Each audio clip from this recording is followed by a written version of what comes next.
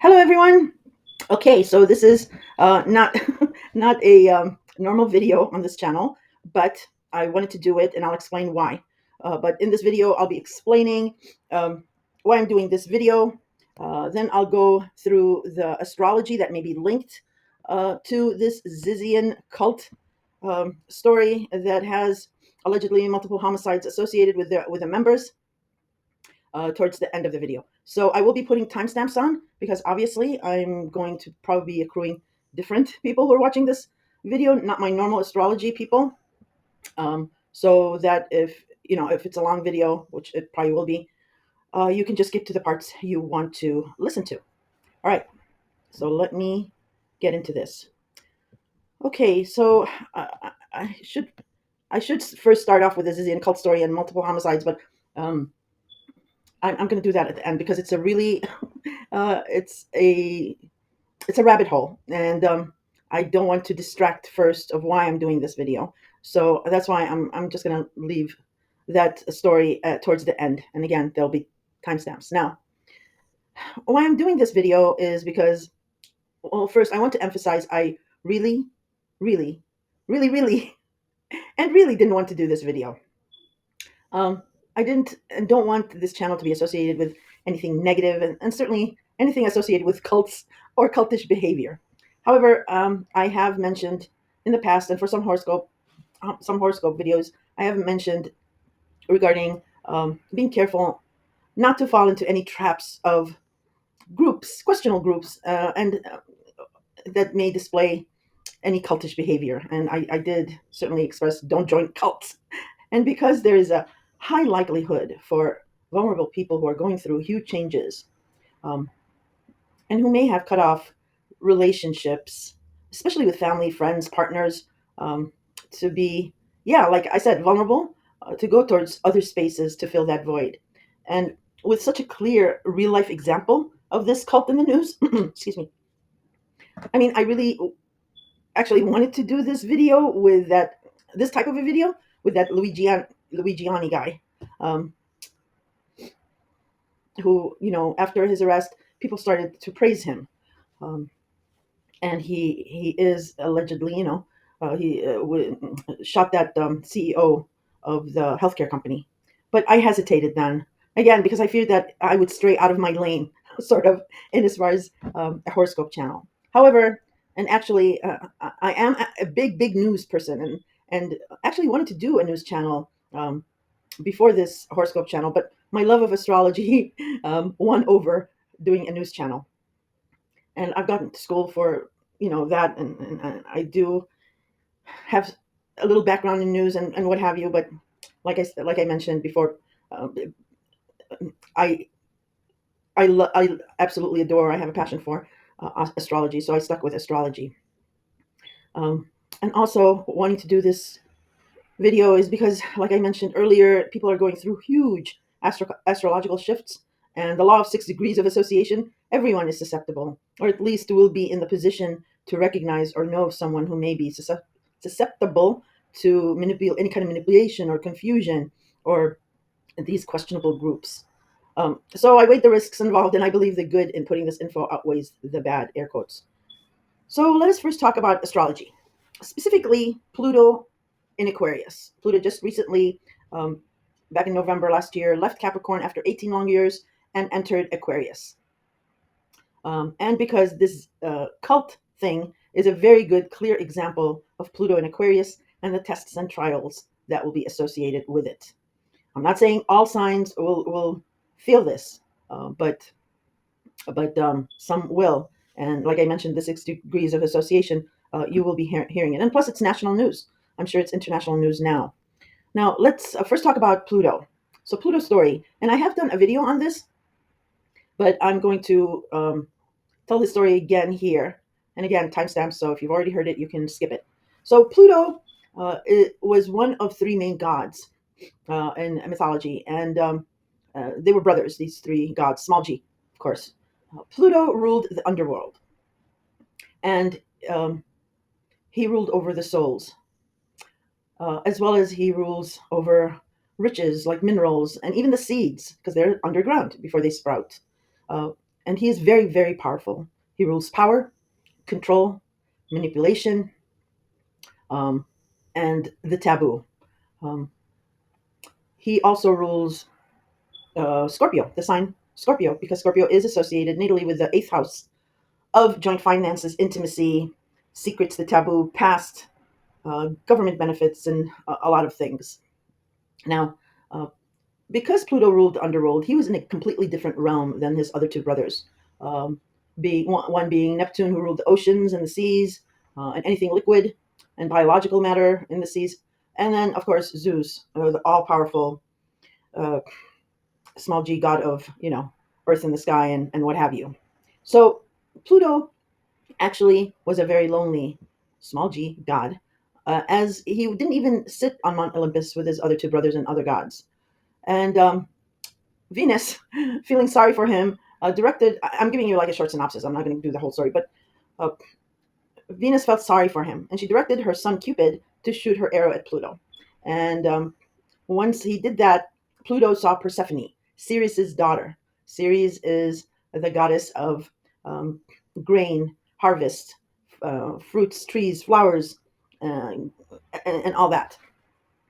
And Persephone was her daughter. She was very, very overprotective of Persephone, and she would not let any mortal man or any small g god see her. She did not. She did not think anyone deserved her, because she was so pure and innocent, and she just wanted her to be happy all the time. So she tried to protect her a lot.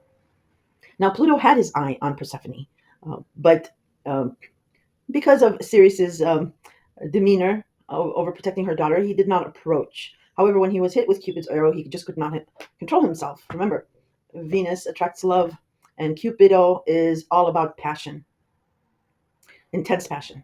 So Pluto went to Zeus and asked for her hand from Zeus, because Persephone was also Zeus's daughter. And Zeus basically, gave us okay, because Pluto explained that Pluto was a really good god. I mean, he's associated with uh, all this nefarious stuff, but he was actually a really good, benevolent god, small g.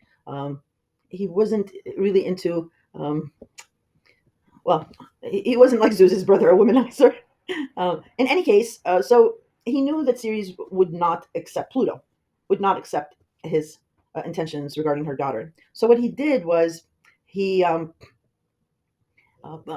grew a very beautiful, intense, just unique flower for Persephone to go out and pull, the flower. And once she did, the earth would open up, and he came out with his chariot, abducted her in a nanosecond, and took her down to the underworld, where her friends were with her picking flowers, but he did it in such a way that no one saw what happened. Now Ceres, her mother, started looking for her daughter and could not find her. She asked everyone. She asked mortals and gods, and went looking, searching in every corner of the earth. She could not find her. She became very, very distraught. And finally, she went to Helios, the sun god, small g. Now, in this time that she's looking for her daughter, it's not like a few days. It was like almost months, almost a year before she went to Helios, the sun god, to ask him where she was. And in those months and a long time that Persephone was with Pluto, a love developed between Pluto and Persephone. He was very, very kind to her, showed her a lot of love, built her a beautiful garden, and so on and so forth. In any case, when Ceres approached Helios and was just crying and explained, like, uh, you know, her friends heard her screaming but didn't see anything, heard her crying but didn't see anything, and she just feared for her daughter and just the love of the mother. She really moved Helios to almost tears, and asked him, where is she? And Helios knew, because Helios was the sun god, and like I've mentioned in horoscopes, the sun illuminates everything, even the dark crevices and cracks of anything. And he did tell her. He said that Pluto did abduct her, and this is what happened. And yes, she was crying when he took her down to the underworld. And once Ceres found out, she became furious, like enraged, because she knew that Zeus would have known. Nothing happens without Zeus's knowledge. And she immediately went to Zeus and was just furious at him, and you know used all kinds of tactics to explain her story, inclusive of if you hate me. Why would you take it out on our daughter? Why would you allow Pluto to have done that? And he's not deserving of her love and beauty and innocence, and so on and so forth.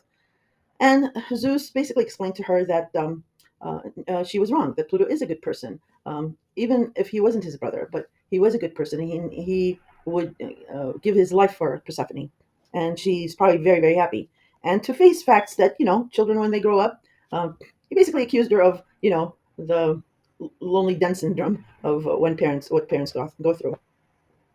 But she was just besides herself, just distraught, and kept harping on the fact that her daughter was crying, and how could he do this, and what have you. In any case, Zeus thought she would get over it, and he really didn't mind her much attention after that. But then what happened was Ceres just went into sorrow and grief, and everything started dying. The trees, I mean, the flowers, and the fruit, and all that, and the vegetables. And then the mortals started complaining, of course, to the gods, and the gods came and complained to Zeus and said, this is happening. So Zeus sent Mercury to Pluto, and Mercury explained to Pluto that, um, this is happening. There's going to be a lot of death. You cannot keep her here. Her mother Ceres is just killing off everything. And the famous line that comes up of Pluto answering Mercury, "I am the god of death. Why should I care?" And Mercury rules Gemini, so it's about air and quick thinking and wit and speaking. And he explained to him, because if everyone dies, then you won't have any more souls to take care of. You'll just be left with those ones. To make a long story short, Pluto then accepted the fact that she can go back to her mother. However, there's some details in the story where Pluto pulls Persephone to the side and says something that Mercury could not hear. But it ended up that she ate pomegranate seeds that Pluto gave her. And the rule was, if you eat anything in the underworld, that's it. Uh, you can never leave, or if you do leave, like in this condition, you'd have to come back. So it's not clear whether Pluto did that to manipulate the situation, so she'd have to come back. But Persephone knew of this rule as well, and she willingly ate them. So it suggests that she did also love Pluto and wanted to come back, but wanted to see her mother, and he gave her like a way out. So the whole story about manipulation, control, and so on and so forth. In any case, she goes back with Mercury to her mother. Her mother is very, very happy. But then the first question Ceres asks her daughter while she's hugging her in that first minute that she sees her was, "Did you eat anything?" And Persephone says, "Yes, I ate 6 pomegranate seeds." And Ceres fell to her knees again, crying, and screamed out to Zeus and said, "See, he is a manipulator. He forced her to eat these seeds, and now she has to go back," and so on and so forth. And Zeus, spoke with Persephone, and Persephone said, "Yes, I ate them, but because I was hungry. He didn't make me, but I was very hungry." In any case, Zeus said, again, realized if Persephone was to go forever to be with Pluto, Ceres would again, get really angry and sad and depressed, and everything would die and people would die. So he came up with a compromise with Ceres.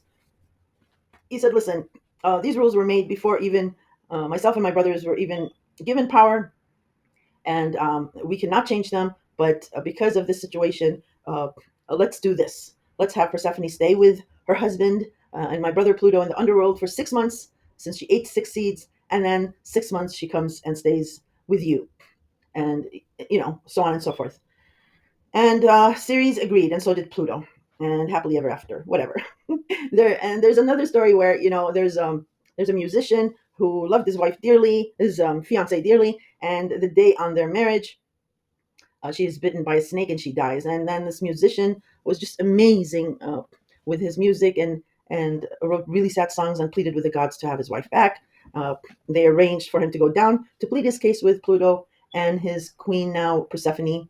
And as he did plead his case, Persephone was just absolutely moved.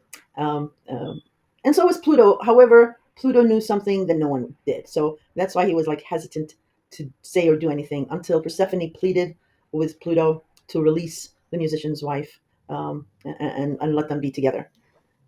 Pluto compromised with the musician and said, "Do you have faith?" He asked him, "Do you have faith?" And he said, "Of course I do. That's why I came down here, and that's why I have faith that she loves me and she wants to be with me, and blah, blah, blah." And he said, "Okay, then, I'll grant you your wish. However, um, I will send for her once you start um, walking towards to go up to the earth. She will be behind you. However, you are not allowed to look behind you at her at all in any instant until you are up onto the earth's soil. Do you have faith you can do that?" And of course, the musician is this is against all odds. He could not believe it, and so he said, "Yes, yes, I have the faith. I'll do what you say." And so the musician started walking, and his bride was behind him walking. Um, and throughout the journey to go up to Earth, the musician started thinking, well, after all, Pluto is the god of the underworld, and he is a manipulator. What if he just said that to me? Um, and he loved Persephone so much; it was like uh, a romance story of the ages. So he said, what if he just said that to me just to please his wife Persephone? What if he really didn't mean it? What if my wife is not behind me walking? And then he shook that off and he's like, no, no, she is with me. Because then if Persephone found out that Pluto did that, she'd be very angry. So he kept walking and walking, but he couldn't hear anything. He couldn't hear footsteps behind him. And of course, doubt started creeping in really hard with him. And just as he was about to exit the underworld and step onto the earth, one foot on the earth and 1 foot in the underworld, um, his fear and his doubt just overwhelmed him, and he said, well, even if Persephone gets mad at him, there's nothing she can do, and Pluto probably is doing actually doing this to get me back because I made Persephone cry or whatever, something like that. And in that instant, as he picked up his second last leg that was in the underworld to step onto the earth, he looked back to see if his wife was there, and she was there. However, the earth closed up and his wife was gone. So he did not pass that test of faith. And that is why Pluto was not really moved, because he knew what was to happen. And so Pluto is also about faith, the universe, the planets, and all that. So that's Pluto's story. Okay. And I don't know if I mentioned earlier, but Pluto has been in Capricorn for 18 years and left Capricorn at the end of November and entered Aquarius. And now we begin a new journey with Pluto in Aquarius for the next 20 years. Okay, so let's talk a little bit about Aquarius. Aquarius is an air sign and rules the 11th house of friends, groups, associations, and the hopes and visions of the future, of humanity. Um, he's all about humanity and the good of all. Um, Now, taking it down to a more personable plateau, or to each sign, yes, it is your excuse me. Natally, it is your 11th house of groups, friends, and associations. Um, uh, and more so, it is about how you want to be seen out there in the world, your public space. And naturally, it involves how people, groups, and the such see you, how they can help or hinder you. Uh, and Aquarius can occupy a different house for each sign. So, for example, Aquarius does rule their 11th house. But for a Capricorn, it rules their second house of job and income and value system. For Sagittarius, it's their third house of communication and commuting, and so on and so forth. And you may, in your birth chart, Aquarius may be in a different area of your chart, of your life.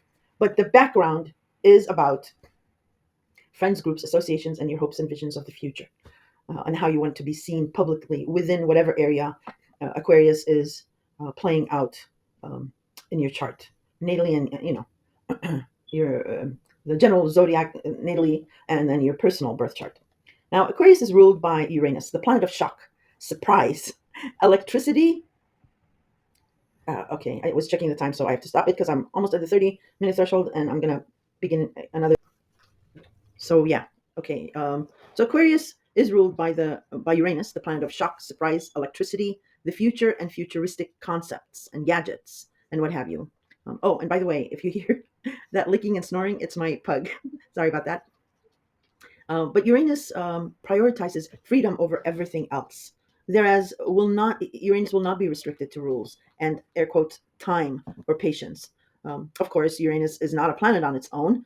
There are other planets who demand rules and patience. But like I said, Uranus abhors restrictions, but is still under the canopy of the universe's rules. So he will work with these rules and time and other planets, but in his own way. So, for example, if Saturn requires 2.5 years to for people to go through whatever restrictions they have to go through in order to lay a strong foundation. And if Saturn aspects Uranus, Uranus will say, okay, I get it. You need to do your job. But this opportunity that I have will be hindered in 2.5 years. So my part, Uranus is saying this, I will skip these 2.5 years and abruptly change this scenario to this future scenario. And by the time you catch up, Saturn, your foundations will benefit this scenario in the future and stabilize it. So think of the example of a blessing in disguise. Okay, something abrupt, disruptive, maybe tragic happens, but later on, when you look back, you'll be like, "Oh, thank God that happened," even though I hated that. But yeah, it worked out well. So, for example, if it's a relationship and you're really praying and hoping for, let's say, a child, and it doesn't happen, and then next thing you know, you found out that your partner was cheating, and you're like, "Oh, thank God there were no children in the picture," something like that. Again, these are just examples.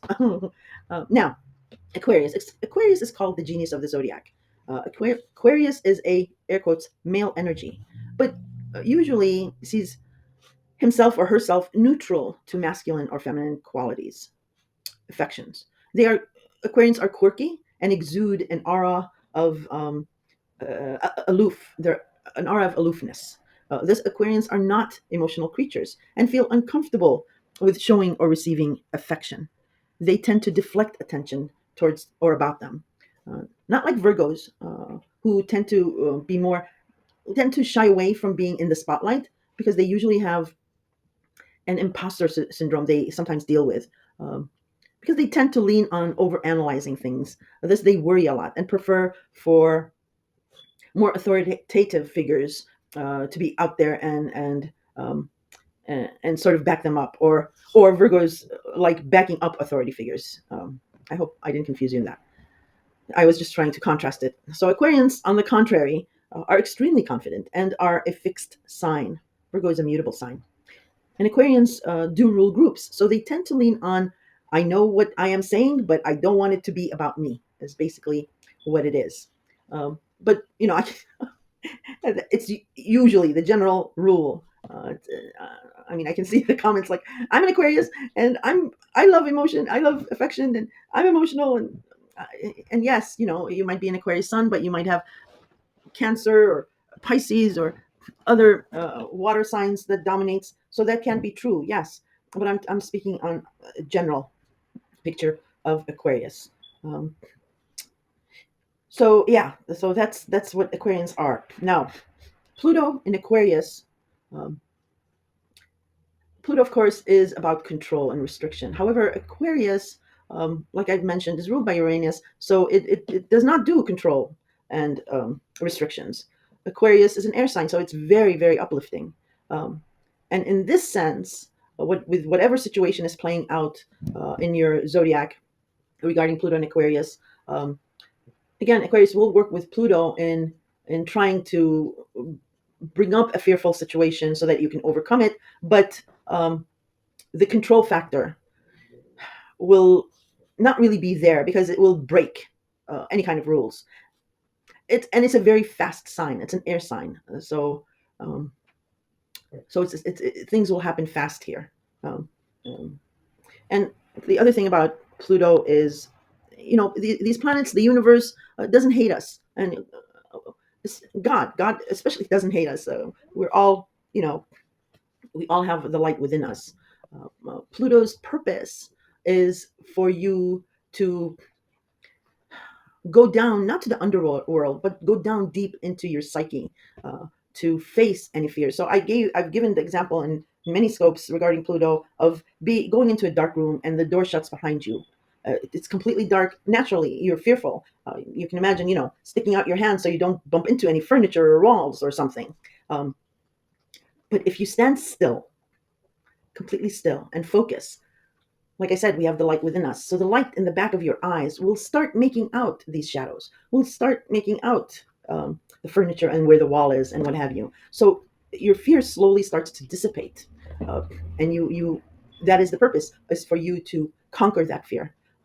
Same in if somebody holds you hostage over something that they know about you, for example. So you've done something in the past, or lied, or whatever, and when somebody seems powerful because they have that information over you, might threaten you with that. And once you face them and not hide or what have you, you face them and say, yeah, okay, I did that. And, or, okay, I lied. There's two sides of the story. This is what I thought, but now I know better. So, okay, you want to put it out there? Go ahead. And right away, that control that the other has immediately crumbles. It doesn't stand. It's not on solid footing, and that controller loses his power to you. So that's what I mean by Pluto taking you down to your depths and having you face something fearful, to surmount it, to overcome it. Um, Naturally, older people have more confidence, and it can be easier with that. But some young people, some vulnerable people, some people who are going through a lot, or are confused, it's a powerful tool to keep people down, and they have to go through all these things to surmount it, to overcome it. So that's the whole purpose, excuse me, of Pluto being in Aquarius, um, and things like that. So, for example, um, I don't know, Capricorn, Pluto in Aquarius. Aquarius natally, like I said, for Capricorn, you would count. Capricorn would be the starting point. So Capricorn would be house one, and then right after Capricorn is Aquarius. So it would be Capricorn's second house of job, income, and value system. So uh, once Pluto entered Aquarius, the majority of Capricorns either were promoted or started new jobs, and it happened really fast. Again, it's Aquarius, um, and there might have been like a shock or a surprising way they got it, um, and it probably came through, like Aquarians can comment here, or rather Capricorns can comment here. It probably came through some kind of association, some kind of a group, or friends, or some kind of a camaraderie, that they got this new position, this new job, uh, uh, through. Um, and yeah, like I said, it happened fast. So now, I mean, Pluto is a very, it's an outer planet, so it's a very slow moving planet. I think we're only at 2 or 3 degrees of Aquarius now. So it's still setting up this scenario. Now, depending on each Capricorn, because there's millions of Capricorns, naturally. So there's hundreds and thousands of different scenarios. And it depends on the degrees in your natal chart and where Aquarius is in your natal chart. But the background story is of what I'm talking about, Aquarius and their second house. So it's setting up this good stuff first. And I promise, I know I've mentioned, I have written out for each zodiac sign, Pluto and Aquarius, for 5 years into the future. But I just haven't gotten the time to record them. And my loyal listeners know it's because I work, and there's a lot going on with me too. But I do mean to upload it. But just letting you know here that it's setting up this good part. Pluto is setting up these powerful positions. Again, an example for Capricorn, with their job, with their income, and so forth. And depending on each Capricorn and their situation and their birth chart, the tests will be in accordance with what they fear, or what their what a power play will be like, or what a control issue will be like. So, for example, Capricorn is very different to Aquarius. Capricorn is a social climber, but it's a very slow and steady wins the race with Capricorn. Um, he is the goat, and if you've seen a goat on a cliff, it can scale the steepest cliffs and never falls. So, and Capricorn is ruled by Saturn, so they are very much about being very careful. They're a winter sign, so they also are like sort of cold, because it's a cold sign, and it's about pessimism, because in the cold nothing is really growing. So they're about security and all that. Aquarius, however, is an air sign. It's a very fast sign. It's a very uplifting sign. So that might be one challenge that Pluto will start to interplay regarding Capricorn, is being quick on their feet, uh, uh, and make them face any fears or power plays regarding their value system, like cutting corners, and doing that, or dealing with people that may be quirky and fast. Now Capricorn rules his sign rules government, um, and all types of um, powerful government agencies like the CIA, FBI, the police, security. Security is a huge issue. So uh, internet security and all that. And naturally, you can understand why why Capricorn would be wanting to cross the T's and dot the I's and go slow and steady on this. Aquarius is not going to have that. Aquarius is going to um, present the challenge of Capricorn having to skip a couple of signs.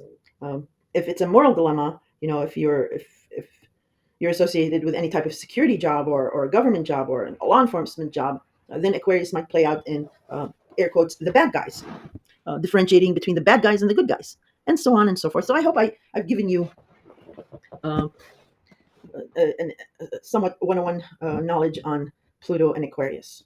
And here we are.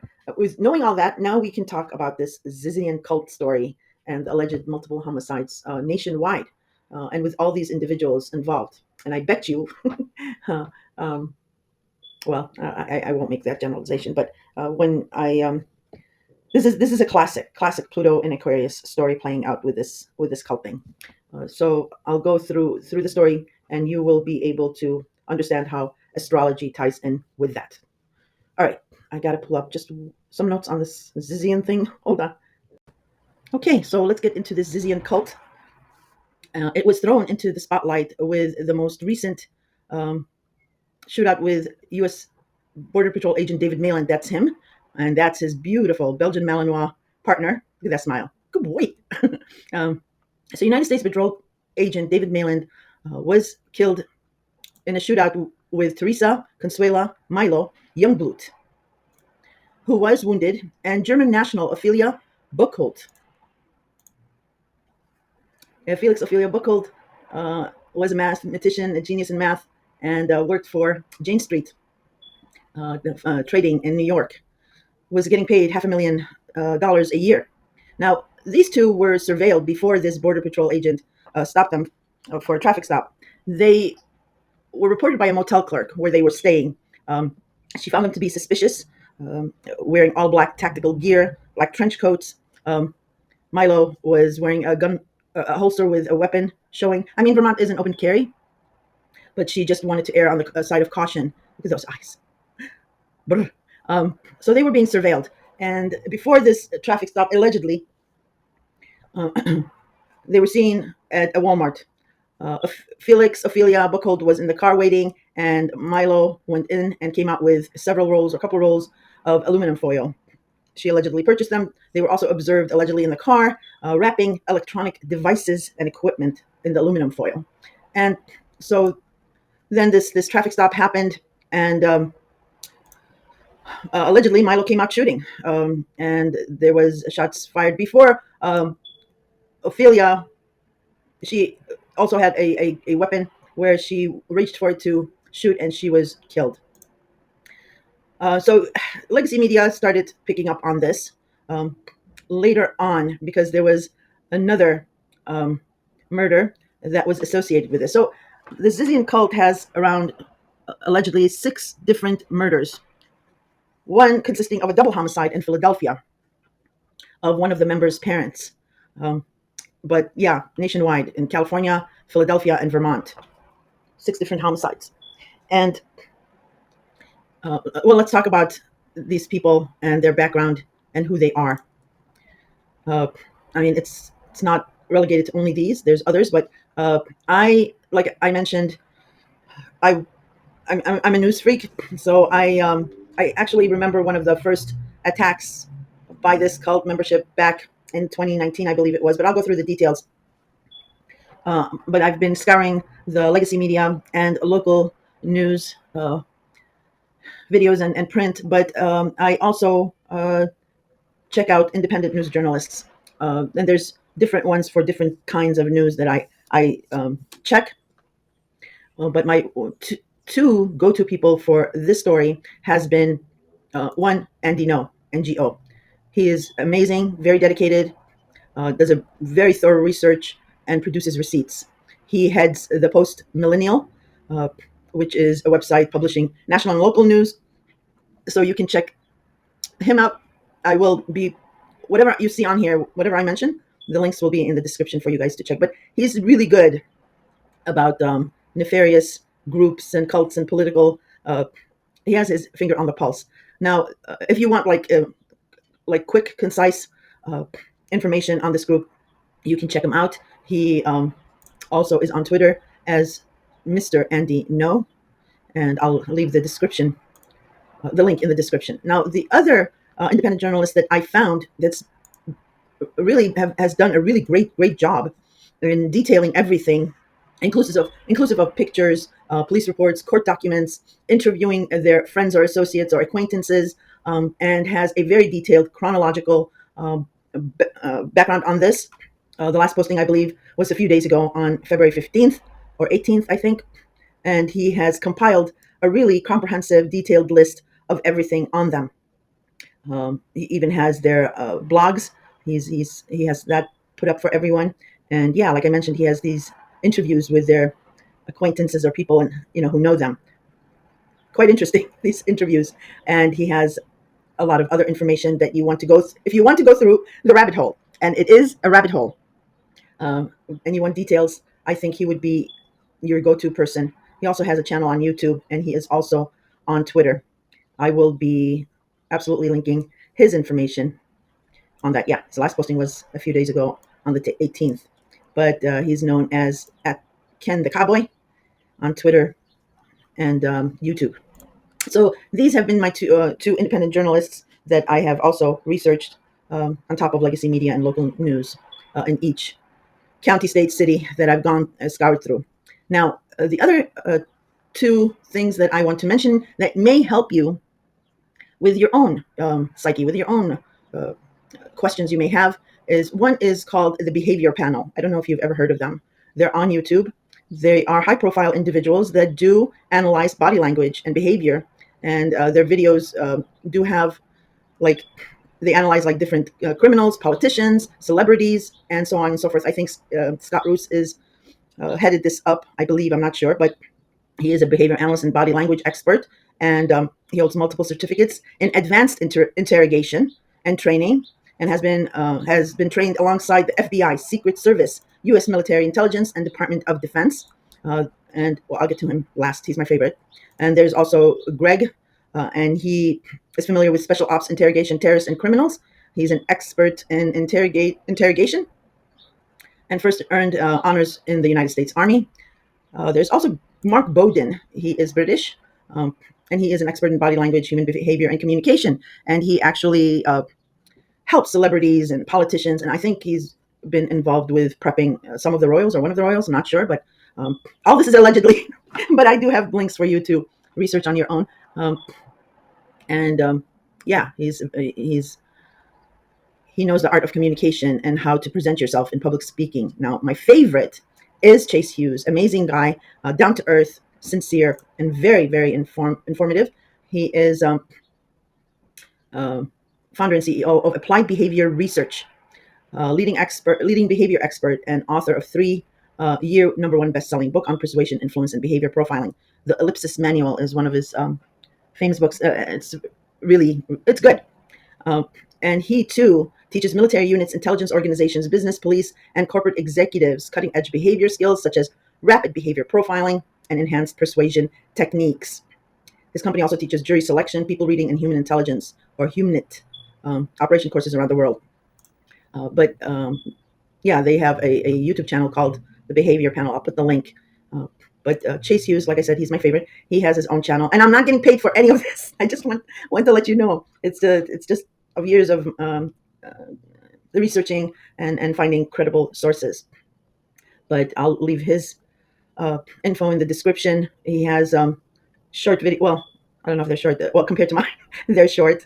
But very informative videos that are I think, if you want to understand your own behavior and other people's behaviors. Of course, I'm not, you know, a certified psychologist or anything like that, but just information. If you wanted it, you can check them out. I'm going to leave, again, a link in the description. Now, I'll go through this Zizian cult thing and the people and the backgrounds. Uh, and then at the end, I will give you my opinion of what it seems to be. And by no means, again, I'm not an expert. It's just my opinion. But this, because they're involved with AI research, and they're a lot of people they rub elbows with are involved in AI with the singularity research. For example, the cult leader, Jack Amadeus Lasota, also known as Ziz, he is a transgender too. His father is one of the OGs on AI research. He is an instructor at the University of Fairbanks in Alaska. But they're like computer scientists, computer engineers, mathematical geniuses. They've interned at NASA, Google, Oracle, other tech startup companies, uh, and and I remember about I don't know how long back, maybe 5, 6, 7 years ago. I remember seeing a video about a panel of AI research um, scientists and academics, but I mean the really big ones, the serious ones, like I said, the OGs, and they were sounding the alarm on AI and the safety on AI and what have you. But it was just how can I say this? They seemed, I don't know, my spidey senses like picked up on this panel as they were speaking, and different people that were speaking. They were very much almost repetitive. Like the news in 2020 or 2021, was it? Where each news, the legacy news, were coming out and saying a threat to democracy, a threat to democracy, and they were just so repetitive. It just seemed like a script. That panel that I saw and those people that were involved gave me those kind of vibes. And I was thinking to myself, like, these people are smart. They're not stupid. And when they were involved in the beginning, especially they're involved in the future of AI, so singularity, so they can pretty much sum up or predict stuff. I was just thinking, like, okay, why didn't you do it in the beginning? Why are you seeming so paranoid now? And well, I mean, I might be wrong. I don't know. It might be just my impression, but I'll link that video as well so you can watch it. And this is such a huge subject, AI, and you would think as well, very, very powerful people are involved in this, and governments and things like that. So it kind and this cult, gave me Manson vibes. Now there's another person that I'm going to link you the his video, his channel. He's an anthropologist, and I believe he also is into psychology or philosophy. I'm not sure, but his name is Robert Seffer, and he has um, quite a few videos on culture and backgrounds, the detailed backgrounds that we may not know, or the mainstream media may not know. And he did a video on propaganda, Hollywood magic, media propaganda, and social engineering. Absolutely mind blowing um, video. And he was explaining the 70s, the hippie vibe thing, and he goes into information regarding Manson and Jeff Morrison. He had committed. Oh, well, I can't say that word. I'll link the video and you can watch it. But Morrison's dad was a military high-ranking officer who was involved in the Gulf of Tonkin, and his son went into music, but also Manson was into music, and they are rumored to have been in some kind of government program. And Robert Seffer, does a deep dive into it, uh, as well as there's one video that Joe Rogan goes into, and also mentions this video is with a former CIA agent, which gives background info on MK Ultra, Midnight Climax, and Charles Manson. Very, very interesting video too. So you can see where my thoughts are going with this. And like I said, I'll throw my opinion at the end. But okay, I cut it short because I was going off on a tangent. But it's just that I wanted to give you extra information that you might not have, and that may be useful. So let's start. with these Zizian people. And first, let me do a disclosure. I am not knowledgeable with the whole language surrounding transgenders, or the politically correct or incorrect language of misnaming, misgendering, dead naming, and all that stuff. Um, I I speak five different languages, so keeping up on that is difficult enough. Um, and then adding to that this new language. So my disclosure is that I do not, and my intent is not to hurt or any person or any group. I might make mistakes such as misgendering or whatever, but my intention is not to do that. So that out of the way. All right, let's start with these briefly on these people. So Jack Amadeus Lasota, a transgender known as Andrea Phelps, also blogs as Ziz, um, is the supposedly, allegedly, the cult leader here. There's Teresa Consuela Milo Youngblood, who was um, involved in the shootout with the U.S. Border Patrol agent Mayland. Also, Felix Ophelia Buckled was also involved in that shooting, who died in that shootout. There's a Michelle Zyko. She is suspected, allegedly, of murdering her parents, execution style, in their home in Pennsylvania. Um, Bullets to the head and the temple. She's also a person of interest associated with the shootout because the weapons they used were registered to her. There's also Somni Alexander Latham, also a transgender, currently incarcerated on multiple felonies. There is Amir Emma Borhanian. Borhanian, that's Armenian. Amir means prince. Um, a transgender killed while attacking their landlord, Curtis Lind, back in 2019. And there's a Maximilian Bentley Snyder, charged with the murder of their landlord, Curtis Lind. Um, this year, Curtis Lind was set to testify as the only witness. And just 3 days before he testified, he was murdered. And allegedly, Snyder is involved in that. Snyder is also Snyder and Youngblood took out a marriage license back in November, just this last year. There is also a Jasper Gwen Danielson right here. Jasper and Lasota were the first two, I believe, in this group because they go way back then. There is also another person who was arrested with Lasota and Zyko just this Sunday, Daniel Blank. Daniel Blank, right there. Daniel Blank was actually reported missing for 2 years by his family. That's him. Interesting story on Blank. Blank's mother said he accepted a high-paying corporate offer in Oakland following graduation. Blank, who became vegan in college, graduated a semester early from University of California, Berkeley, with a double major in bioengineering and computer science. He did research for two Berkeley professors and interned at Oracle and Daphnia Labs. Blank's mother said within a few years, Blank quit his job and told his parents that he was moving to Columbus, Ohio to work for a startup. Blank's mother said her son did not tell them the name of the company or elaborate on the nature of his work, claiming he was bound by confidentiality agreement. She now suspects her son fabricated the job as a cover story for his move to Ohio. Daniel Blank stopped responding to phone calls or emails and blocked friends on Facebook in late 2022.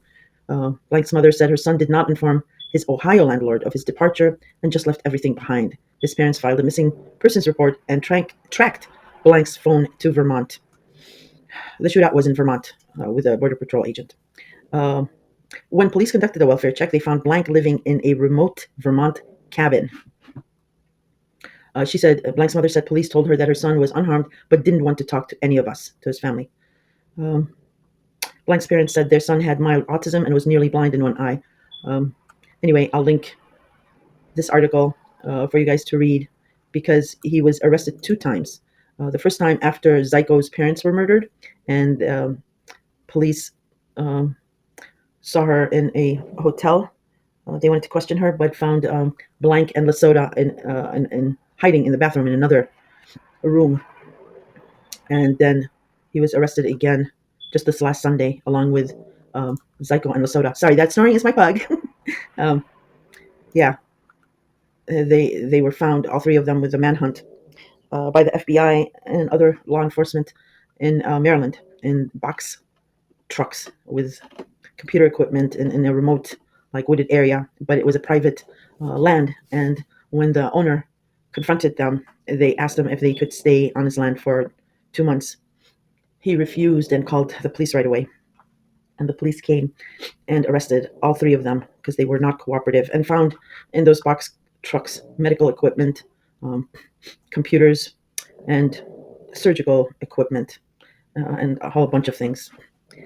All right, so let's talk about Lesotho. Um, all right, so sorry, just looking at my notes. Jack Amadeus Lesotho, a transgender, also known as Andrea Phelps, and he blogs as Ziz. Lesotho was born in Fairbanks, Alaska in 1991. And for my astrology people, I do not have his exact time of birth, only his birth date, and this is his chart. And actually, Selfgazer is a really good website for drawing up charts. Probably not for the newbies because you do want a little more detail. I mean, I know what these are, but well, maybe you can explore the website. Maybe they do have more information, but it's pretty cool. It gives you a lot of options. So this is Lesotho's chart. And besides, we don't really care about the time because we're concerned with the outer planets. Those are the ones that affect the slow grinding long-term change. This is Zyko's chart. Crazy. Well, I've seen crazier, but this is a crazy chart. She's the one who is linked to the weapons in the border patrol agent's death, and her parents were the ones who were murdered execution style in their home. She is a Zizian cult member, and this is Daniel Blanks. Did I already say this? I don't know if I said this. I might have. I'm sorry if I did, but yeah, that's those three were arrested. Lesotho, Psycho, and Blank were arrested just this past Sunday on the 16th. All right. So again, let me do a little more on Lesotho since he's the alleged leader. So after studying computer science at the University of Fairbanks, where Lesotho's father, Dan Lesotho, who was employed, I think he's currently employed there too, who was the first researchers on AI. Lesotho interned at NASA and moved to California in 2016, writing in a blog, I moved to the Bay Area for proximity to the tech industry, which I considered sort of my destiny. Another blog post, Lesotho ponders what would happen if society were to strip away morality, or evil people ganging up to kill off good people. Um, Another post stated that the rationalist fleet's goals ultimately required sociopathy. Um, he's a winner. There's another one here, a blog post, Zizians.info. Somebody compiled this who had interaction with Ziz, who was disturbed by it, but there's this message between Ratsby and Ziz. In that case, you can be neutral and jailbroken. If I get the singleton, which is referring to the AI singularity, there will be retroactive justice. Fucking Nuremberg trials. It's just better timelessly. Rocco's Basilisk, is that you? And he goes on, but it's tied in with time decision theory. This theory that AI, when it reaches singularity, it is able to go back in time and punish, air quotes, the bad people. So I think that's one of the ways he controlled some of his members. But yes, continuing on with other things that Lesotho thought. So Lesotho practiced unihemispheric sleep or partial sleep. And that was actually invented and attributed to Jasper Gwen Danielson, right here. And this method, well, they believe, the right brain and the left brain, there was a good side and a bad side. So there's all this dichotomy. Lesotho was heavily into the gaming theory and the mathematical equation of that. Basically thought that people could write mathematical equations on people's behavior. And in regards to this right brain, left brain, so he believed people had a good side and a bad side, and some people had double bad sides, but very rarely, very special people had two good sides. And guess who had two good sides? Yes, Lesotho thought he had two good sides, so he was special. Um, And what Gwen Danielson's theory was to you could put to sleep one side of your brain by closing that one eye, and then keeping open the other eye, so that that side of the brain was not asleep. And you could do some sort of and determine which side was bad, and then do a debucketing, getting rid of that bad side. Um, but it was to be done through sleep deprivation, extreme sleep deprivation. Um, and Lasoda was supposedly an expert on this, even though he did associate it to um, uh, Danielson. But there was an apparent somebody took their own life in Poland when he was a transgender and was having difficulty and reached out to Ziz for help regarding this technique. But yeah, no longer with us, unfortunately. Um, so, in regards to this sleep deprivation, and extreme sleep deprivation, that is dangerous, very dangerous. Not only psychologically, but it can be physically dangerous. And we're talking about these young, impressionable people who may have, a problem, who may have trauma, who may have, uh, you know, some kind of a problem. They're already on weak footing, and then they they get influenced by this Lesotho character, and then they try this deep sleep deprivation, debucketing, whatever it is. Um, that's cultish. That's cult-like behavior, uh, especially compounded by Lesotho's demand that these people had to cut off ties from family, friends, and partners. One person, you know, blogs complains that Lesotho was demanding that he get rid of his partner before he can go through this debucketing. And he didn't. Because he loved his partner. That's ridiculous. But that's cultish. That's not right. Because and that's why I decided to do this, because the astrological atmosphere right now is conducive to this cultish behavior, because we had so many we're going through so many changes with astrology, especially last year, Pluto leaving Capricorn after 18 years. A lot of people separated, divorced, um, dissipated friendships, and cut off family relationships as well. um, and we're sociable creatures. We want to fill that vacuum with something, and probably something substantial. And you know something like this comes along, people are susceptible. Um, that's why I emphasize family relationships. Don't throw those away. It's like throwing the baby with the bathwater. I mean, I understand there can be difficult relationships with family, and maybe there's culture gaps, gender gaps, um, but it's communication. Maybe they don't understand you because of the age gap. Maybe you don't understand them because of the age gap. But the point is, family loves you unconditionally. If you really understand the word of unconditionally, especially parents. But it's about communication. You don't want to sever something like that. They only want the best for you.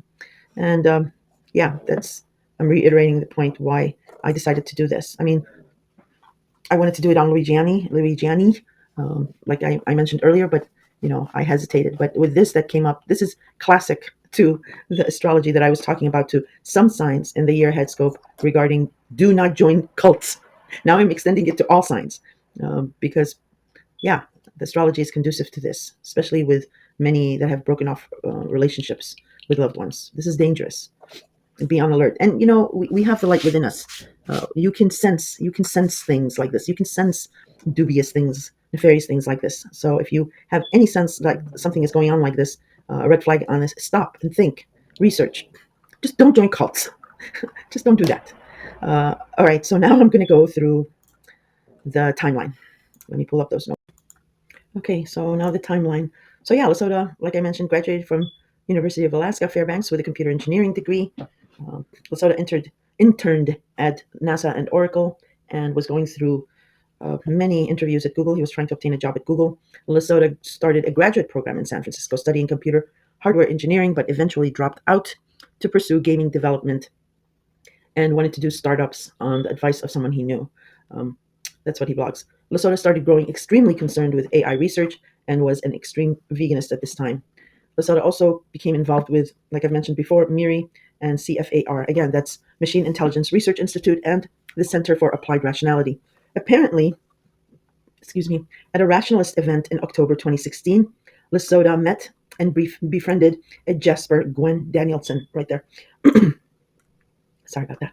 Um, Also a transgender veganist. Mid 2017, Lesota and Danielson bought a 1945 U.S. Navy tugboat, right there. And they did that because I guess they were between jobs. They weren't making money for rent. It was getting really, really difficult. And they thought that they could, do a one-time purchase uh, of this boat and live there rent-free. I think Danielson's brother um, lent them the money or gave them the money to buy this. It was like $10,000. In 2018, Lesota joined MIRI and CFAR, founded by an artificial intelligence researcher, Eliezer Yudowski, then 45. Yudowski was. Lesota ended his work there when Yudowski and other members would not become vegans, as Lesota wanted, and I guess Lesota had other complaints uh, regarding Yudowski, allegedly. On November 15th, 2019, Lesota, Danielson, Leatham, Borhanian, and Suri Dow. And according to Ken the Cowboy and his research, this is Suri Dow. So allegedly, that's Suri Dow. Goes by the Tumblr. She's on Tumblr. He or she, Silver and Ivory. Allegedly, again. Um, they were all transgender and extreme veganist followers of Lesota, and they came to protest in black hooded robes and Guy Fawkes masks at a retreat. Do you know what Guy Fawkes masks are? These. Those are Guy Fawkes masks. At a retreat event held by CFAR where children were present. Now, it's not clear if the children were part of this. I think the children were there before, so they were present still, allegedly. So Lesota and crew were so disruptive. I mean, Lesota and crew said they were peacefully protesting, but others said otherwise. And because they blocked the entrances and exits to this event with their boxcars, it actually prevented children from leaving. And if they were peaceful, I don't know why someone would call the police, because they freaked out. And there's children there, and I think they might have been a little loud. So when they called the police, and it's not clear who called the police, and explained that they were being blocked from leaving, I guess the SWAT team was called in and arrested all of them. And I guess they might have, well, it's a SWAT team, so I guess they're a little rough. And they arrested them all with conspiracy, obstructing police officers, wearing masks for an unlawful purpose, and even slapping them with child kidnapping and endangerment, allegedly. Again, you can look at those documents on Ken the Cowboy's website. And it's, liberal California, liberal DAs and judges. The judge dropped the more serious allegations to, I think, misdemeanors, allegedly. So their bail was $50,000, was dropped to $10,000. And most of them made the bail. I think most of them, their parents paid for it or something like that. And even Lesota's mother promised the judge that she would bring her son back to court for the scheduled trial. Well, they proceeded to delay their trials for a couple of years. Now, back to the boat. So in 2022, Lesota's tugboat started sinking, and it was abandoned by them, leaving the over $1 million plus cleanup to, I guess, the city or state to pay for, because there was also hazardous material that had to be cleaned up. So this, I don't know who, but the government called in a cleanup crew. But while living on the marina prior to their boat sinking, Lesota and crew met a senior citizen named Curtis Lind, who was living on his 117-foot yacht or boat.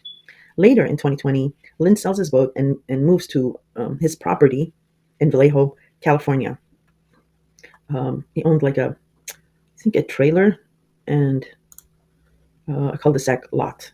That's it right there.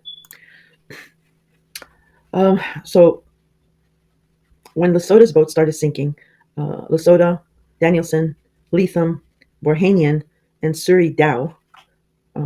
Did I show you guys Suri Dow? I'm not. So according to Ken the Cowboy and his research and his documents, allegedly, this is Suri Dow, allegedly. And allegedly, Silver and Ivory is Dow's handle on Tumblr, I think. Okay, All of them joined Lind on his cul-de-sac property, living in boxcars. These, I believe. On August 19, 2022, Lesotho facing a court trial for the unlawful protest. It is believed allegedly he faked his own death by drowning. With his mother testifying in court, my son died. Lesotho's sister, Naomi Lesotho, and Lesotho's Zizian cult member, Borhanian, allegedly signing court affidavits to the San Mateo County Superior Court to have witnessed, allegedly, Lesotho accidentally falling from his boat and disappearing in the water. An obituary, allegedly written by Borhanian, was published by Lesotho's family and friends right after. The Coast Guard and rescue did do a search in calm, clean waters in 60-degree temperature and said there was no body to be found in the water. Also at this time, so that's late summer to early fall, I guess, of 2022, the property owner, Lind, explained that COVID restrictions on rent were over and that they needed to pay rent. They said they would not, allegedly. That's what Lind reported, and told Lind to evict them. Lind proceeded to get a judgment to evict them from his property. On the morning of November 15, 2022, Curtis Lind was allegedly ambushed by Elitham, Borhanian, and Suri Dow, who stabbed Lind multiple times with knives, flip knives, and a samurai sword through his back, where it protruded out through his chest. His eye was gouged out. He had several, and I'm not going to show you the pictures, several stab wounds all over his face, arms, neck, everything. By miracle, Lind was able to discharge a weapon, fatally shooting Borhanian and wounding Elitham, and surviving the melee. Prosecutors charged Elitham, then 29 years old, and Suri Dow, then 21 years old. If that's Dow, I don't know where they got the strength to do that. In any case, then 21 years old, during their investigation on the property, they found Lesotho alive and well there. So after, people, his family and friends saying he was drowned and the Coast Guard couldn't find anything, well, he was there at the scene. However, the police did not arrest Lesotho. Apparently, he was not involved in the attack of Lind, and allegedly he was having some medical issue, and the police left him alone because he had skipped court, so they could have arrested him. Also, upon investigating the box trucks, they found multiple expensive computers, medical equipment, allegedly, I think of a stretcher, surgical needles, knives, and scalpels. Investigators also found multiple stashes. I think a bodyguard of Lind found stashes of lye, Lye, the kind where you melt things in. Lind told investigators the Zizians were planning after killing him that they would have cut his body up and dissolve it in the lye. That's he gave an interview to that effect. Again, that's in Ken the Cowboy's website. A month and a half later, on Christmas Eve, so December 31st, 2022, Lesotho's Zizian cult member friend Michelle Zyko, and that's Michelle Zyko, that's Michelle Zyko, and that's Michelle Zyko, who graduated from Temple University's Bioinformatics Master's Program, working as a neurobehavioral researcher at the Children's Hospital of Philadelphia, and was also a children's book illustrator. On that New Year's Eve, Michelle's parents, Richard Zyko and Rita Zyko, this is the hard part, were murdered in their home execution style in Chester, Pennsylvania. Her mother to the back of her head, and her father was shot to his temple, and his right hand also was injured. A neighbor's doorbell cam recorded a car pulling up to the home and a loud screaming of someone yelling, "Mom," and another voice exclaiming, "Oh my God, oh God, God." Michelle Zyko was questioned at her home in Vermont because she was apparently not talking to her mother, to her parents, and had her own place in Vermont. But allegedly also her mother had sent her a message through Signal about bonds or something like that. But Michelle Zyko denied receiving that Signal message. In any case, a couple of weeks after her parents' death, so on January 13, 2023, Michelle Zyko, Lesotho, and Daniel Blank. I told you guys this was a rabbit hole. Let me see. Here we go. So these three were apprehended at the Candlewood Suites Hotel in Chester, Pennsylvania. Lesota, well, they found allegedly Michelle in one room, and in the other room, or another room, in the shower with the hot water running. I don't know if it was Michelle's room or another room adjacent. They found, excuse me, Lesota and Daniel Blank hiding there. But Lesota pretended to be, I don't know, asleep or dead, but not opening his eyes. Um, it took several officers to carry him. Let me see. I think there's a picture of that arrest. Dum dum dum dum dum. I know there's one. I'm sorry. I like visuals. I think they just they're better. You can remember things better. Here we go. So he was pretending, I guess, to be dead or something, and it took several officers to carry him out of the hotel and hold him up for that picture. All three were later released, um, and even Michelle Zyko left, I believe, uh, a car, $40,000 in cash, and other things in the car, and just left. That's also in the documents. Um, so they laid low for a couple of years. Okay, that was, and keep in mind the most recent murder of the Border Patrol agent in Vermont on Inauguration Day this year by the two Zizians, Milo and Bocholt. Their weapons were bought and paid for by Michelle Zyko, and also one of the weapons um, could have matched. Authorities say could have matched the bullets that killed Zyko's parents, Michelle Zyko's parents. Michelle Zyko, 32, allegedly provided a false address when buying 3 firearms from the Last Frontier gun store in Mount Tabor in February 2024, according to charging documents filed Tuesday in federal court in Burlington, because they were arrested after a manhunt um, because of the Border Patrol agent's death and legacy media. I mean, it became nationwide news, and Lesota, Psycho, and Blank were in box carts in Maryland in a wooded area, a forested area, and but it was private property, and the owner of that property went to them, and they asked the property owner if they could stay there for just 2 months. He said no and called the police right away, and everybody in there mother descended upon the FBI, or maybe the FBI came in afterwards to just gather more evidence or something. But they were arrested.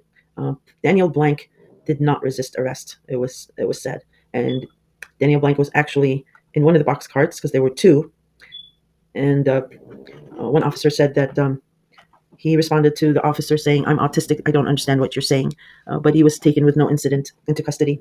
Uh, Lesota was also apprehended, but Michelle Zyko allegedly was crying and saying, "Don't kill me," allegedly, according to reports.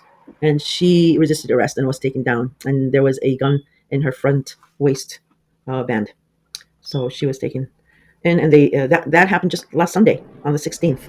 So they're in jail. They did see the judge. Lesota complained um, to the judge that and I gotta find the correct quote, but he complained that he's dying, and because he can't eat the food, he wants vegetarian food. Um, yeah, here it is. So Lesota asked for pretrial release, saying that he was homeless with no means of traveling, speaking haltingly. She also requested a vegan diet and said, uh, "I'm in a mild state of delirium due to lack of food. I haven't done anything wrong. I don't understand why I'm here." Saying, "I might starve to death if you do not intervene," talking to the judge. Lasoda is saying this. Um, "I need the jail to be ordered to have a vegan diet. It's more important than whatever this hearing is about." That's what's reported by the Baltimore Banner and the Seattle PI, um, and the Post Millennial regarding what was said at the court. Okay, I'm going to give you some more information on some of these Zizians that I haven't discussed before and might be pertinent, and just and also because there's some details there that I find curious. So we've done Lesota ad nauseum. Let's go with Amir Emma Borhanian. Borhanian was shot and killed by Curtis Lind, the property owner, allegedly in self-defense. Um, so Borhanian was born in South Carolina in 1991 and grew up in North Carolina. Borhanian was diagnosed with Asperger's um, in their youth and transitioned to female at the age of 21. Borhanian exhibited brilliant intelligence as a child and started computer programming in the sixth grade. A person close to her, who was granted anonymity due to safety concerns in accordance with Hearst's ethics law or policy, told San Francisco Gate. As a teenager, Borhanian would scour Google's code and identify mistakes, for which the company would send Borhanian money. Um, Around 2013, Borhanian moved to the Bay Area to work officially for Google, first as an apprentice and then as a programmer, winning awards for the work Borhanian did there. During this period, Borhanian lived in various places around the Bay Area, including Mountain View, Albany, and Berkeley. Um, Borhanian later became disillusioned with Google, telling um, their family the company was corrupt. Borhanian grew concerned about the threat of AI and started spending time with the rationalist community in Berkeley, as well as people associated with Miri. Um, and okay, so here's this detail: an organization to which she donated $12,000. Miri's website. No, Miri is. I forgot once again. Well, I'll link it, or I'll find it. An organ. So she donated $12,000. Miri's website lists Borhanian's contribution alongside much larger donations from Peter Thiel Foundation and Sam Bankman-Fried's Alameda Research.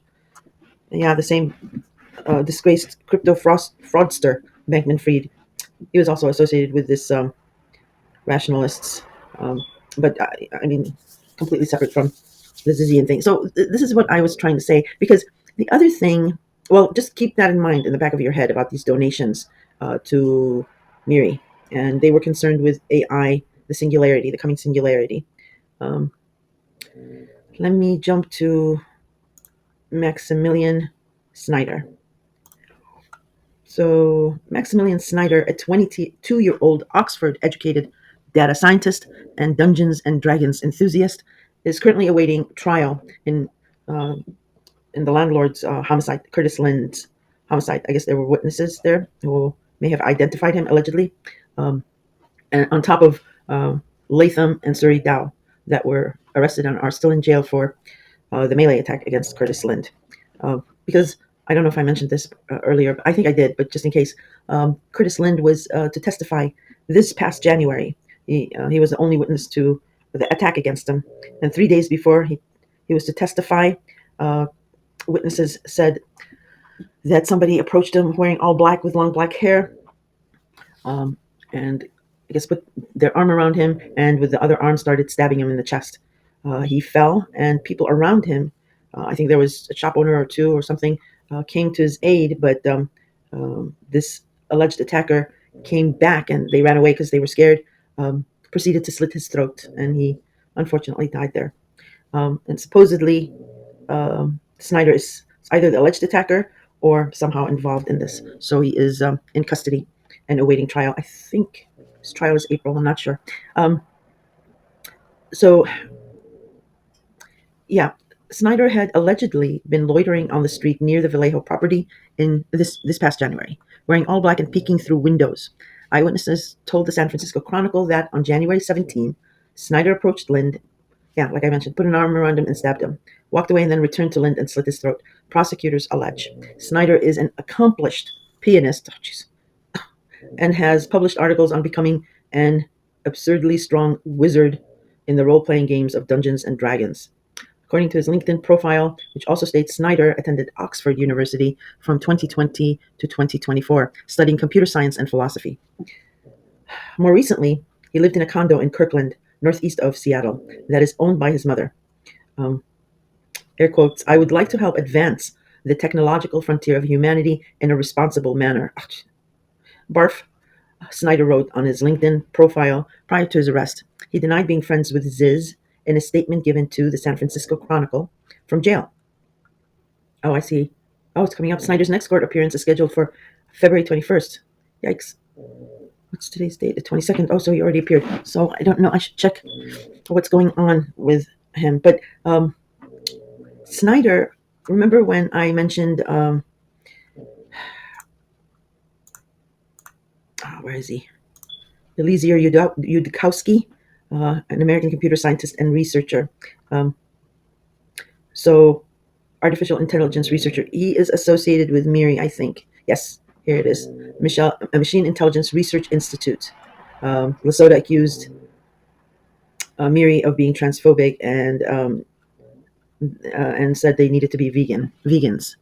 In any case, how this ties with Maximilian, I don't know, maybe Maximilian was involved with Miri, probably, but Maximilian, I think very recently, wrote a letter to Yudkowsky, uh, saying that he has some money in a trust that he's going to access very soon, but he has some money left, and he is willing to donate it to Miri for the research, but just to read his letter.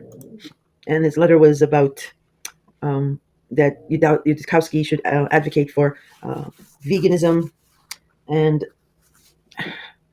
all that. And I believe Yudkowsky, when asked, allegedly said, "I'm not interested in reading." But this is the second time I'm like noticing this donation to this research. It almost sounds like you know how company and rich people and countries like pay for their carbon footprint. Uh, this almost sounds like paying for any guilt you have with AI and the coming singularity. I don't know. I was thinking of that. I don't know. I might be going down this rabbit hole myself. In any case, that's Maximilian Snyder as well. Maximilian Snyder um, is took out a marriage. Well, him and Teresa Youngboot. This is her mugshot from the Vermont shootout after the Vermont shootout. But yeah. Uh, in any case, a little on Youngblood, the firecracker Youngblood. So I mentioned a little bit on her, but let me do a little bit more. The 21-year-old from Washington State is the center of some of the biggest mysteries in the ongoing case. Youngblood and Snyder, who is a year older, both attended Lakeside School, one of Seattle's most elite private schools. I believe Bill Gates graduated from there. Former classmates told the Seattle Times that Youngblood and Snyder didn't appear to be friends at that time, and that Snyder contacted Youngblood on Instagram after graduation when the two began a relationship. Youngblood attended the University of Washington, where she studied computer science. At some point over the past year, and I don't know when this was written, the Times reported Youngblood began cutting off ties with friends and family. I believe that was 22, 23, eventually disappearing altogether. In May 2024, her parents reported her missing to the police. She resurfaced in Chapel Hill, North Carolina. I believe at that time she was running around with Felix Ophelia Buchholz, and just looking for property to rent or things. And in any case, in November, in North Carolina, in November, putting down $10,000 to rent an Airbnb through March. So that was maybe from May. In any case, that same month, in March, Youngblood and Snyder applied. Oh, I see. In November, November. Sorry, she put down the 10,000 to rent an Airbnb through to March 2025, because that same month, Youngblood and Snyder applied for a marriage license in Washington on Guy Fawkes night. Oh, geez. How romantic for them. November 5th, 2024. You can't make this up. Yeah.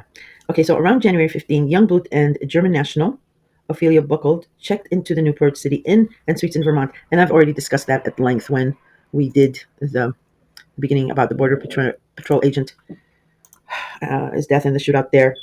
There was something else on Youngblood. Let me just go through these. Sorry, because it's such like a rabbit hole. I'm going. I have like a million pages open and my own notes, and so okay, here we go. So, reported missing. Milo's parents reported her missing to Seattle police. They fear she is in a controlling relationship, but don't specify with whom. Given other information, this person is almost definitely Maximilian. Milo would have been either 19 or 20 at that time. So Maximilian, I guess Maximilian also goes by Audir, and Milo filed for marriage. I already discussed that. So Okay, this is a little interesting. On January 14th, 25 this year, um, the Northeast Kingdom realtor who spoke on the condition of anonymity, citing safety concerns, said they spoke only with Teresa Youngblood, who referred to herself as Connie, and her companion as Sam. I guess she's referring to Buckhold. Um, Milo, or maybe somebody else, I don't know. Youngblood contacted the office of the Northeast Kingdom real estate firm on January 13th, seeking to view a property in Wheelock. The realtor told VTD Digger. Again, these references you can find on Kim the Cowboy, and I'll put them in if they're not there. According to the realtor and real estate website, the 11-acre Blodgett Road property is extremely remote and difficult to access in winter. The two-bedroom fixer-upper is off the grid, something Youngblood expressed interest in, the realtor said, and has a generator and wood stoves. The realtor told VT Digger that they had tried to discourage my Youngblood from attempting to buy the house, at least in the middle of winter. Air quotes. I said maybe it would be a better idea for us to go look at it in the springtime. The realtor said, again air quotes, and she said we don't want to wait till spring. She was very adamant. Of course she was. Youngblood said she planned to pay cash for the house, according to the realtor, and the property is listed for just under $200,000 on Zillow. Youngblood was making $500,000 a year working for Jane Street as he had this figured out a formula, quadrant formula for trading options and things like that. But I don't know if it was that money or he had money left over, she or whoever. They made plans for a viewing on the morning of January 14, but after an effort to plow the road that day, it was unsuccessful. The realtor called Youngblood and left messages telling her the viewing was off. The next morning, however, the realtor learned that Youngblood and at least one other person had shown up anyway, drawing the attention of neighbors. Yeah, and there were two neighbors that I guess saw them like in the middle of the snow, and they thought they were like strange um, because they were dressed in all this tactical gear, and when they had after the shootout with a border patrol agent in the car, they found all those devices wrapped in aluminum foil, and they found night vision goggles, um, I think another gun, I'm not sure, and other equipment, really strange things. Um, and yeah, I've talked about Curtis Lind. Uh, okay, oh, here it is. So Youngblood and Ophelia on January 19th this year. So we discussed the 15th, 14th. Yeah, the 14th was when they were supposed to see the property, and then the 15th was hotel footage. When they saw them, the hotel footage, there's walking out. Well, here, this is one, and they're talking about this hotel village. Let me go back. That was the 14th or the 15th. On the 17th, Curtis Lind, the property owner, is murdered in California. And then on the 19th, another viewing was scheduled for Monday, January 20th at 2 p.m. A day before that appointment, however, the realtor received an email from Youngblood complaining that while she was at the property, she had an uncomfortable exchange with two men who allegedly commented on her clothing and what she was doing there. I think that was when she went anyway and saw the property. A week ago, the Barton Chronicle reported that a hunter encountered two people matching the description of Youngblood and Ophelia Buckhold in Wheelock and was surprised by the way they were dressed. After I got that email, I was like, okay, this is a little weird, the realtor said. The next morning, on Monday, they learned that the seller of the house had accepted another offer and informed Youngblood that the property was no longer available. They said the viewing was canceled. And then the same on January 20th, yeah, that same day, I guess, um, the Border Patrol shootout happened. Um, okay, so that happened. All right, let me get my notes organized so I'm not just saying. Okay, yeah, a couple more things on Youngblood and Buckhold. Um, let me pull that up. Um, so Buckhold and Youngblood, um, back in July 23, had been renting units in separate duplexes in the same neighborhood in Chapel Hill, North Carolina, according to the owner of the buildings.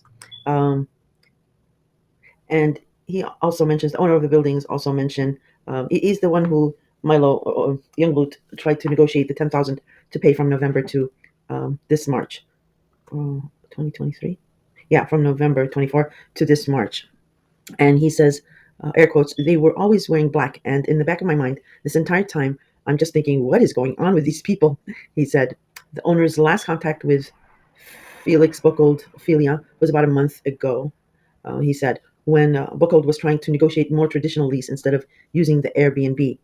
They also had box trucks parked outside of both of their units, according to the owner.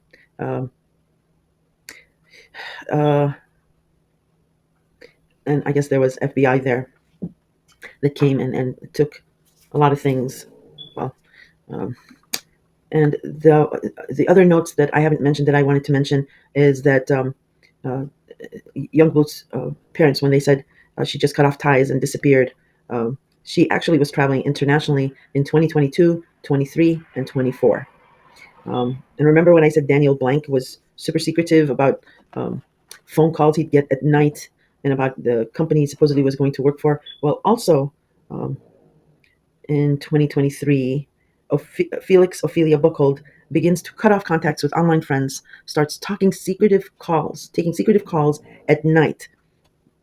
Excuse me, per at Jesse underscore CATA and at ADRUSI.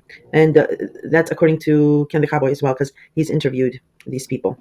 Um, Late 2023 is when Youngblood is reported to have started cutting off her online friends as well. Um, so I wanted to mention that because I hadn't mentioned that. Okay, I think that's a lot of information. And like I said, when I put the link, if you want to go down the rabbit hole, Ken the Cowboy is your guy, and then Andy No. So just oh